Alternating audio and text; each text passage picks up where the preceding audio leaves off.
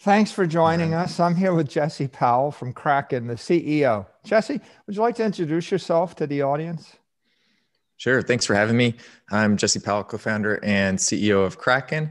Kraken is a digital asset exchange. We started in 2011. So the company is about 9.5 years old now. So one of the veterans of the crypto space. We're about 1,300 people now. We trade 50 plus different assets all over the world. Yeah, that's basically it. Okay. So tell us about your Bitcoin related products and services that you offer to corporations. So, I mean, it's pretty much, one of the great things about crypto is that it's a very kind of flat structure. Pretty much everyone has access to all the same stuff. There aren't like various layers of, there are only like 10 guys with a seat at the exchange, for example. All the retail consumers are trading directly on the exchange.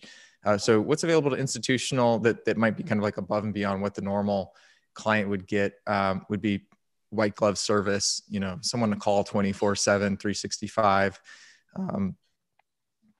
potentially a credit line, potentially in advance of funds or, some kind of float, reduce confirmation times on crypto deposits. Basically the tier for the bar for getting verified at the institutional level is obviously much higher than a retail client. So generally, the more we feel like we can trust you, the more we're willing to extend credit or reduce confirmations and things like that. Okay. Do you want to describe your customer base, like especially any corporate clients? Who would you say your reference customers? What kind of business do they do with you? Sure. Definitely the largest group is retail, but institutional clients are a huge part of that. I would say earlier days, it was more hedge funds, prop shops, guys that are just trading crypto on maybe all the exchanges. Lately, it's been more, I would say, more traditional sort of institutions that are interested in taking a buy and hold position in Bitcoin. They may be publicly traded companies who see what's happening with the U.S. dollar and want to hedge against that or diversify their balance sheet. So I would say it's more of that lately, actually, like less speculative, less of the market makers, and more just kind of like the buy and hold who see Bitcoin as a piece of their portfolio long term. Okay, so for those customers, can you tell us a little about where is Kraken licensed and what jurisdictions you do business in? Yeah, all over the world, the United States, Canada, UK, Japan, UAE. I'm probably forgetting some, but those are just places with licenses. We're doing business all over the world. I mean, in all but a few sanctioned countries, basically. So we take clients from everywhere. We've got bank accounts all over the world. One of the great things about crypto is it trades 24/7, 365. And having bank accounts in different geographies actually is a great thing to have because you obviously have clients in different parts of the world. You may not want to wait an extra day to settle or to fund your account. So that's been key to our success.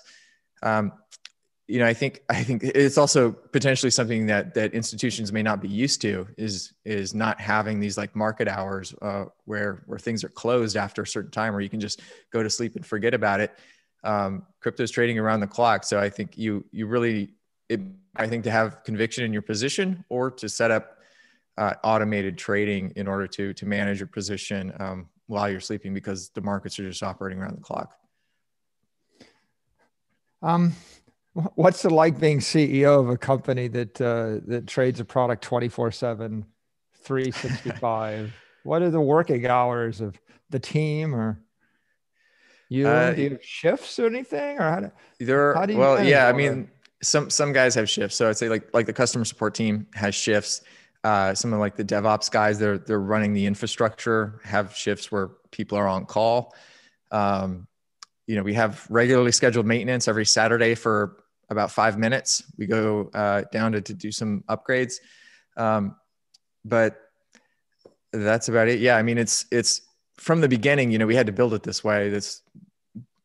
there's not like, what's so nice about for the centralized equities exchanges is that they basically have a monopoly on the asset that they're trading. If they go down, there aren't other markets around the world that are continuing to trade this asset. They can take a breather. Exactly. Right. If Kraken's down, people are saying, hey, there's 20 other exchanges where this is still trading. What's going on? I need to trade to keep up with what's happening. So the 100% uptime thing was just something we had to do from the beginning. All the crypto exchanges do it.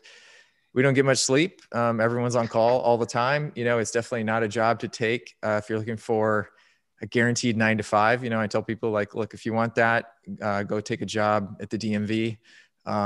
This is, bleeding edge technology. We're paving the way for the future here. So people love it. Yeah, it's just really amazing.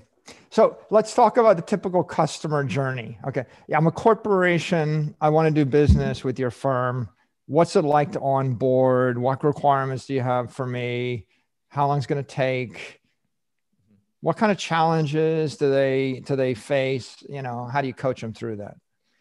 Yeah. So if you apply as a corporation, you'll be assigned basically someone to walk you through the process of getting onboarded.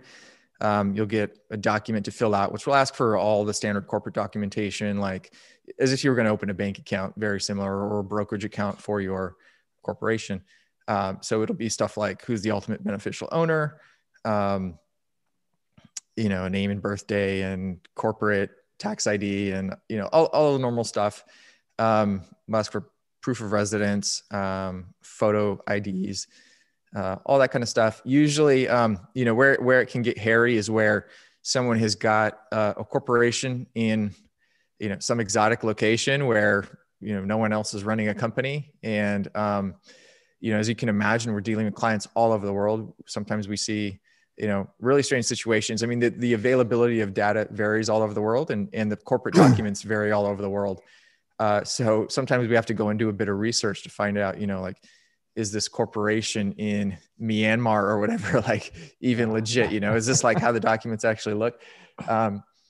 So it's tough, but we've got a really great team of people all over the world. Our support team speaks 20 plus languages. So we feel really good about being able to try to get everyone into crypto and ultimately being able to onboard, any legit company. Okay. So let's talk about Bitcoin. What's your outlook for the Bitcoin marketplace for the coming 1 to 3 years?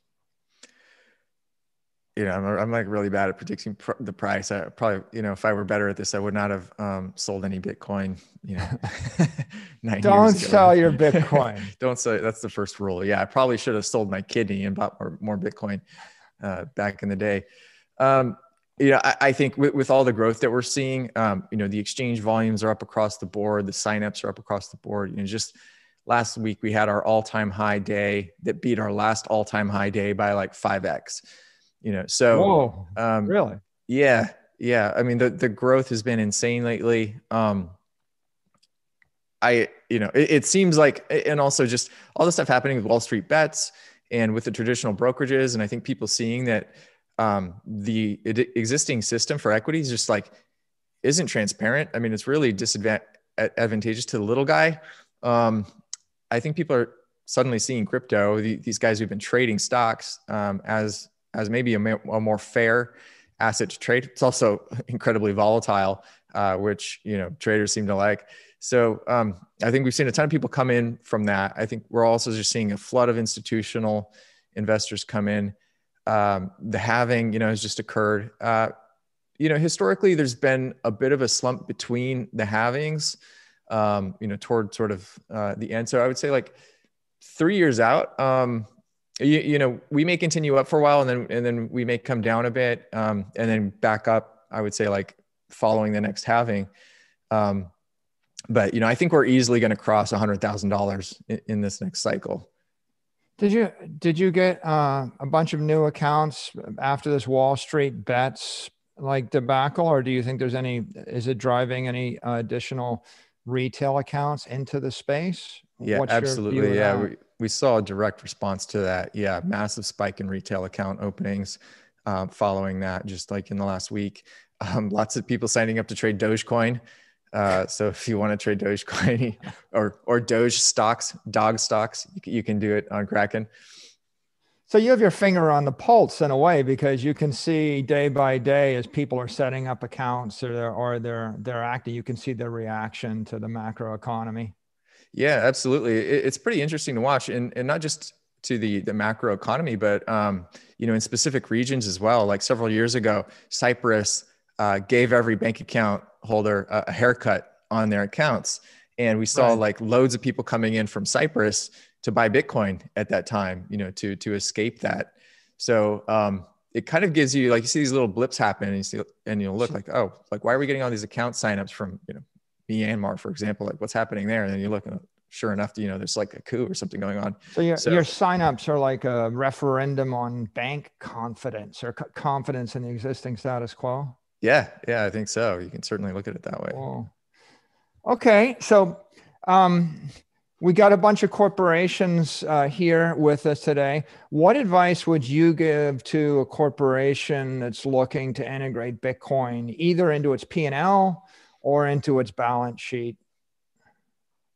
I think depends on how you want to structure this. I think dollar cost averaging in is a great way to get in if you're not sure about kind of like when to time the market.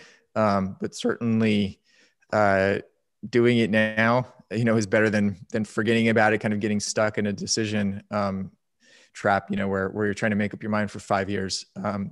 So, I think it's very hard to time the market, but if you're willing to hold for 5+ years, I think you're basically guaranteed to make money.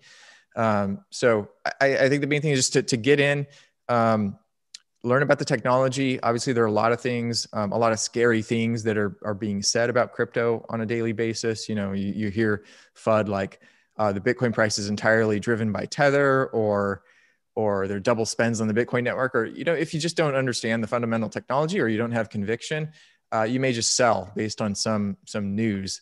And let me tell you, like, the journalists that cover crypto largely just do not understand crypto, and some are just incredibly bearish on it. So I think if you're taking the position that this is something you want to hold, have some conviction in it, commit to holding it for at least 5 years.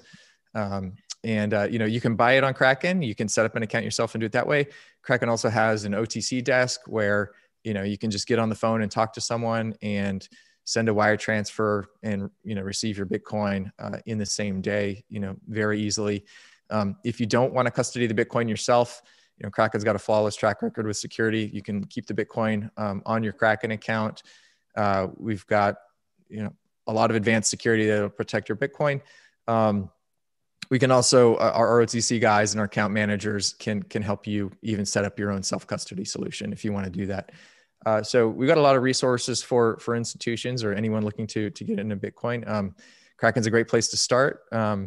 Reach out to me or our OTC desk, and we'll be happy to help. Yeah.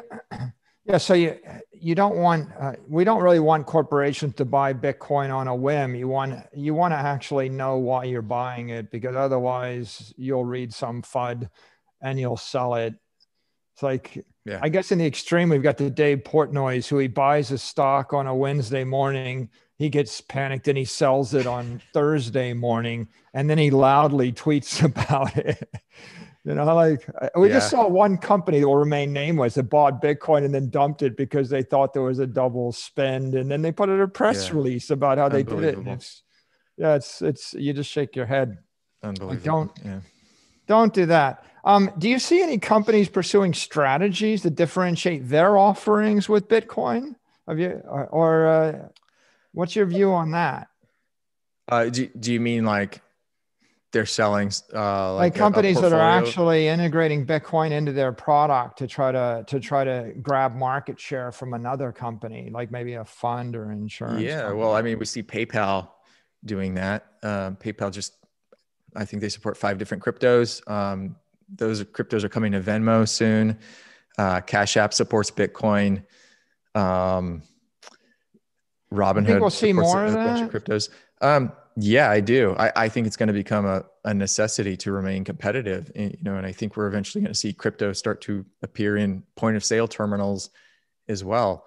So I think in order to keep up, everyone's going to have to do it. Obviously, more, Bitcoin is the currency of the world. So it's just inevitable that's supported everywhere. So there's two different models here. One model is I just buy $100 million worth of Bitcoin, put it in my treasury, and I drop it to cold storage and I forget about it.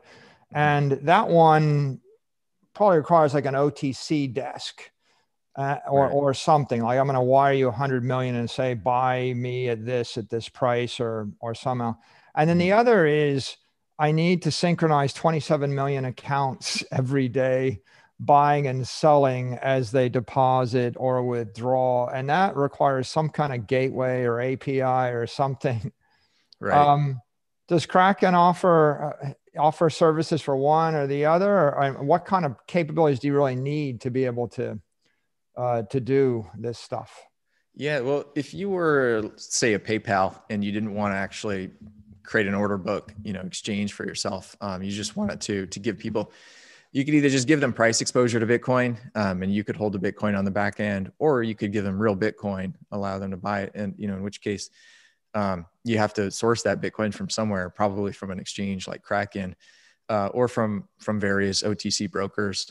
Some of these brokers, like Robinhood, for example, are probably sourcing coins from an OTC broker or a few, maybe a handful, they're getting quotes from.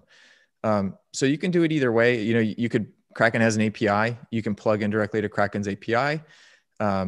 You can trade, if you wanted to, you could manage through one account, trades that are sort of, as a proxy happening on all of your clients' individual accounts, and you manage that through your own service.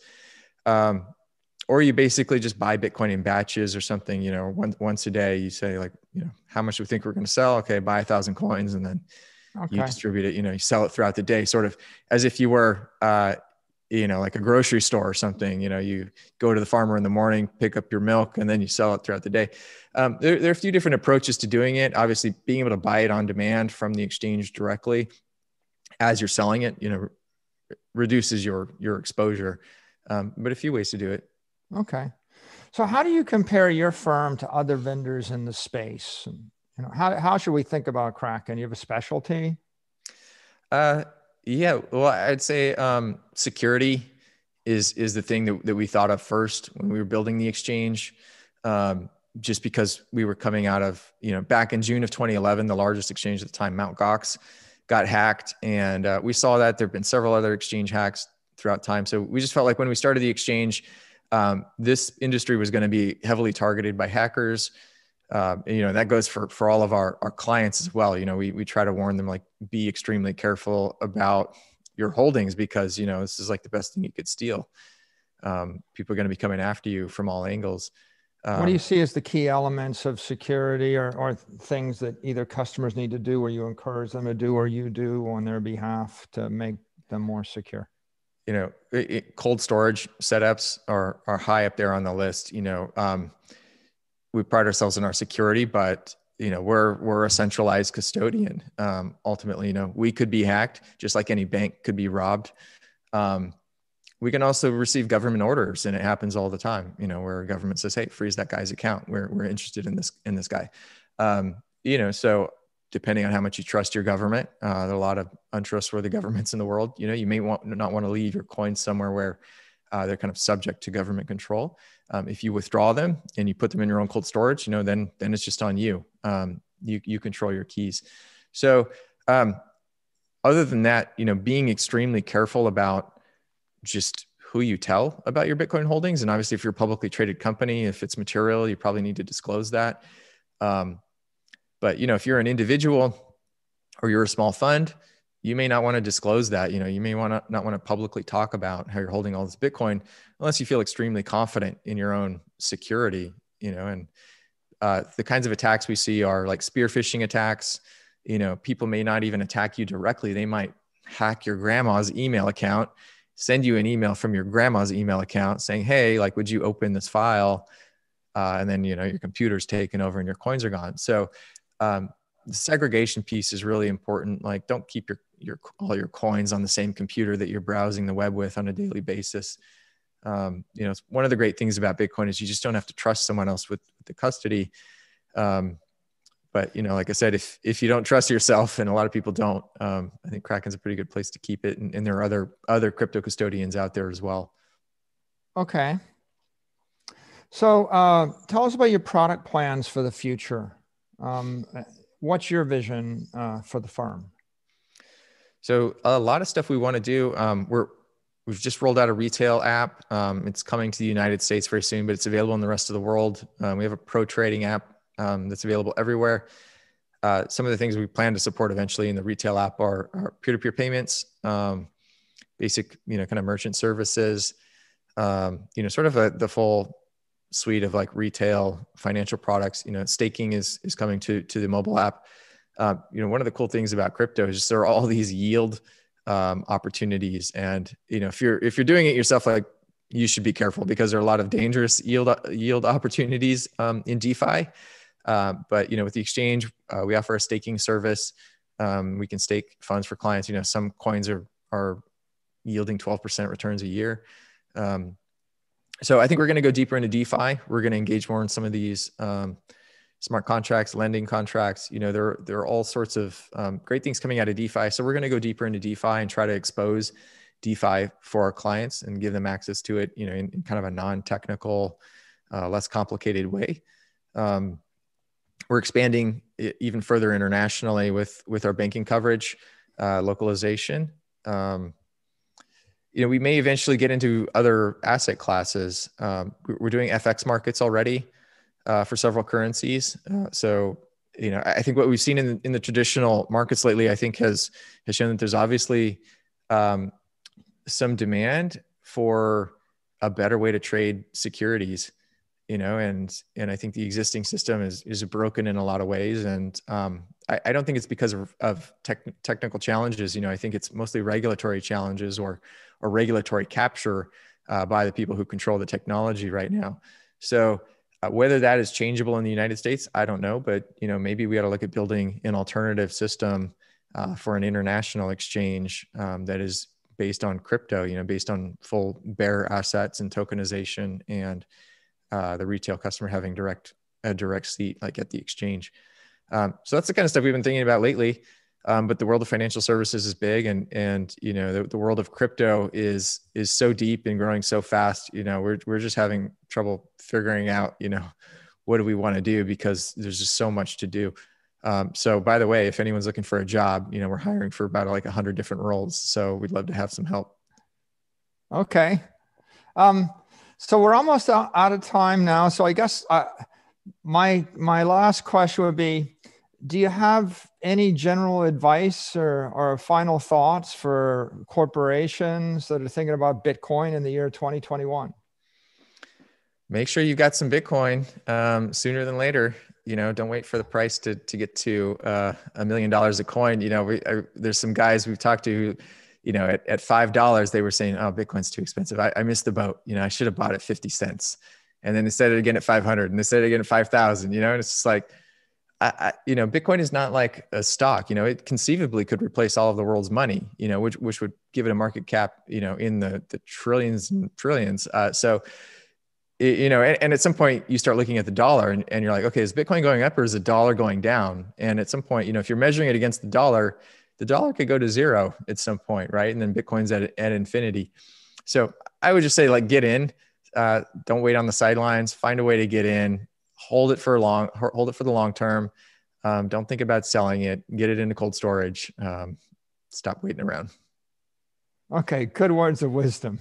Thanks for joining me today, Jesse. It's been Absolutely. Thanks for having me. Great boat. Bye.